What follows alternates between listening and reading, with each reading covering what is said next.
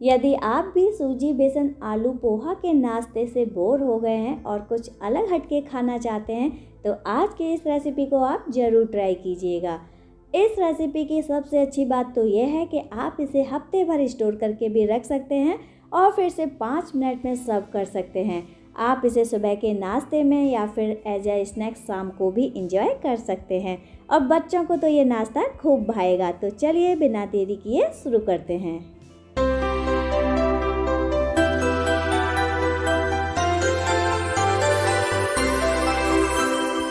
तो दोस्तों आज के इस नाश्ते को बनाने के लिए सबसे पहले हम बोल में डालेंगे 1 कप चावल का आटा और इसके बाद हम इसमें डालेंगे 1 छोटा चम्मच कुटी हुई काली मिर्च। इससे ना थोड़ा सा इसके अंदर चटपटापन आ जाएगा। इसके बाद हम इसमें 1 चम्मच डाल देते हैं अजवाइन। इससे ना फ्लेवर भी अच्छा आता है और ये डाइजेशन के लिए भी काफ़ी अच्छी होती है। आधा चम्मच इसके अंदर डाल देंगे नमक और इसके बाद इन सभी चीज़ों को पहले थोड़ा सा मिक्स कर लेते हैं। सारी चीज़ों को अच्छे से मिलाने के बाद अब इसके अंदर जाएगा पानी। तो पहले मैं इसमें ना 1 कप पानी डाल रही हूँ और इसको डालने के बाद पहले आपको इसे अच्छे से मिला लेना है ताकि इसके अंदर कोई भी गुठली वगैरह ना रहे। दोस्तों इस बैटर को बनाने का बहुत ही आसान सा तरीका है। यदि आप 1 कप चावल का आटा ले रहे हैं तो इसके अंदर आपको 1.5 कप पानी ऐड करना है।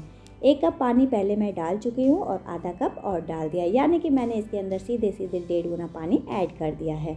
अब इसके अंदर हम 1/4 कप बारीक कटी हुई डाल देते हैं शिमला मिर्ची और 1/4 कप ही हम इसके अंदर डाल देते हैं बारीक कटी हुई गाजर।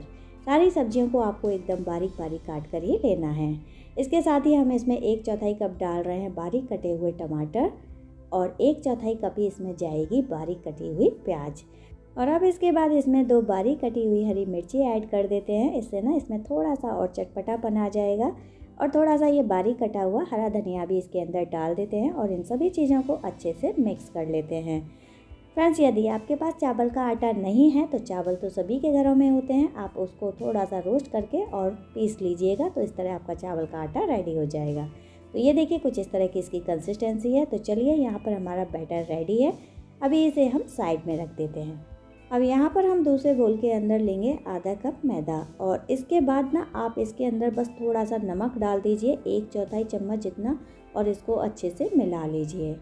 अब इसके अंदर जाएगा 1 कप पानी, लेकिन एक साथ नहीं डालेंगे, थोड़ा थोड़ा करके डालते जाएंगे और इसको अच्छी तरह से मिक्स कर लेंगे। इसके अंदर कोई भी गुठली वगैरह ना रहे। दोस्तों जैसे मैंने यहाँ पर मैदा लिया, आप इसकी जगह पर गेहूँ का आटा या फिर बेसन भी ले सकते हो और यदि आप अंडे वगैरह खाते हो तो यहाँ पर अंडे की भी स्लरी बनाकर रेडी कर सकते हो। तो ये देखिए यहाँ पर हमारी कुछ इस तरह की पतली सी स्लरी बनकर रेडी है। तो चलिए अभी इसको हम थोड़ी देर के लिए साइड में रख देते हैं। अब यहाँ पर मैंने ये ब्रेड क्रम्स लिए हैं। मैंने क्या किया कि 3 ब्रेड को मिक्सी में पीस कर इस तरह से उसका ब्रेड क्रम्स बनाकर रेडी कर लिया है। अब इसके बाद ना हम इसमें ये 1 चम्मच डाल देते हैं चिल्ली फ्लेक्स यानी कि कुटी हुई लाल मिर्च।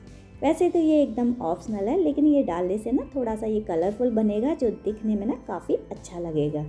तो चलिए यहाँ पर हमारा ये भी रेडी हो गया है। अभी इसे भी हम साइड में रख देते हैं और अब इसके बाद कढ़ाई में 1 टेबल स्पून ऑयल डालना है और तेल जैसे ही गर्म हो जाएगा ना उसके बाद इसमें 1 छोटा चम्मच डालेंगे जीरा और इसके साथ ही इसमें 1 छोटा चम्मच डालेंगे सफ़ेद तिल। ये एकदम ऑप्शनल है, यदि आपके पास हो तो डाल दीजिएगा, नहीं है तो स्किप कर दीजिए। और इन दोनों चीज़ों को पहले हम थोड़ा सा चटकने देते हैं और अब इसके बाद ना इसके अंदर जाएगा बैटर, लेकिन इसको डालने से पहले ना थोड़ा चला लीजिए क्योंकि चावल का आटा है ना वो नीचे तले में बहुत जल्दी बैठ जाता है।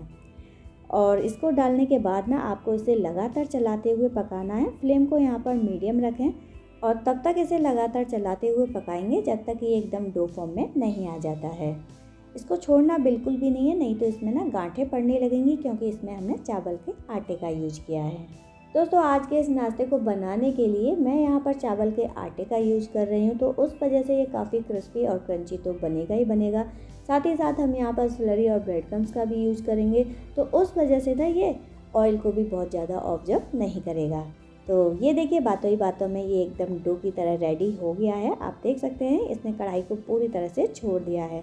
आप इसको जिस तरह से भी फोल्ड करो उस तरफ से ये फोल्ड हो जा रहा है। तो चलिए यहाँ पर हमारा मिश्रण रेडी हो गया है। अब फटाफट से गैस को बंद कर देते हैं और इसको एक प्लेट के अंदर ट्रांसफ़र कर लेते हैं और अब इसको जल्दी से प्लेट के अंदर फैला देते हैं ताकि ये हल्का सा ठंडा हो जाए, क्योंकि अभी ये काफ़ी गर्म है। जब ये छूने लायक हो जाएगा तभी हम इस पर आगे काम शुरू करेंगे। तो चलिए ये हल्का सा ठंडा हो गया है। अब हाथों पर ना थोड़ा सा ऑयल लगाकर इसमें से थोड़ा सा पोर्शन लेंगे और इसको बस इस तरह घुमाते हुए सिलेंड्रिकल शेप में बना लेंगे। आप अपनी मनचाही किसी भी शेप में इन्हें बनाकर तैयार कर सकते हैं। और ये देखिए फ्रेंड्स, मैंने यहाँ पर ये सारे रोल्स बना करके रेडी कर लिए हैं। दोस्तों यदि आप इन्हें बाद में फ्राई करना चाहते हैं तो आप ना इसी स्टेज पर इन्हें किसी एयर टाइट कंटेनर में स्टोर करके फ्रिज में रख दीजिए और जब आपको इन्हें खाना हो तो फटाफट से सिर्फ 2 से 3 मिनट में आप इन्हें फ्राई करके एंजॉय कर सकते हैं। अब नेक्स्ट हम एक रोल को लेंगे और जो ये मैदा का घोल हमने बनाकर रेडी किया है इसके अंदर डिप कर लेते हैं और इसके बाद ना इसको हमें ब्रेड क्रम्स में अच्छी तरह से लपेट लेना है, बिल्कुल इस तरह से। तो बहुत ही बढ़िया ये नाश्ता बनता है, आप एक बार ज़रूर ट्राई कीजिएगा। तो ये लीजिए, यहाँ पर हमारा एक रोल बनकर रेडी हो गया है और ये मैंने यहाँ पर इसी तरह से बाकी के सारे रोल्स भी बनाकर तैयार कर लिए हैं। तो चलिए अब इन्हें फ्राई कर लेते हैं। तो चलिए फ्रेंड्स, इधर ना तेल भी गर्म हो गया है। अब फटाफट से इसके अंदर एक एक करके रोल्स छोड़ देते हैं और फ्लेम को ना मीडियम रखना है, बहुत ज़्यादा तेज़ आंच पर आप इनको फ्राई ना करें, नहीं तो क्या होगा कि ये ऊपर से तो सिक जाएंगे लेकिन अंदर से कच्चे रह जाएंगे। और जब हमारा नाश्ता एक तरफ से हल्का सा सिक जाएगा उसके बाद इन्हें पलटकर दूसरी तरफ से भी सेकना है। तो बस इसी तरह ना आपको इन्हें थोड़ी थोड़ी देर बाद अलटते पलटते हुए गोल्डन ब्राउन होने तक अच्छे से फ्राई करना है। और ये देखिए दोस्तों, बातों ही बातों में हमारा नाश्ता अच्छे से फ्राई हो चुका है। ये देखिए कितना बढ़िया इसके ऊपर गोल्डन कलर आया है। तो बस मुझे इसे इतना ही सेकना है। अब फटाफट से इसको कढ़ाई से बाहर निकाल लेते हैं और दूसरे बैच को भी बिल्कुल इसी तरह से सेक लेंगे। और ये लीजिए फ्रेंड्स, हमारा बहुत ही टेस्टी, क्रिस्पी और क्रंची सा ये गर्मा गर्म नाश्ता खाने के लिए बिल्कुल रेडी है। आप इसको बच्चों के टिफ़िन बॉक्स में भी रख सकते हैं या फिर आप इसे किसी किटी पार्टी या बर्थडे पार्टी या छोटी मोटी भूख में भी इंजॉय कर सकते हैं। बहुत ही बढ़िया लगता है और सबको ये बहुत पसंद भी आएगा।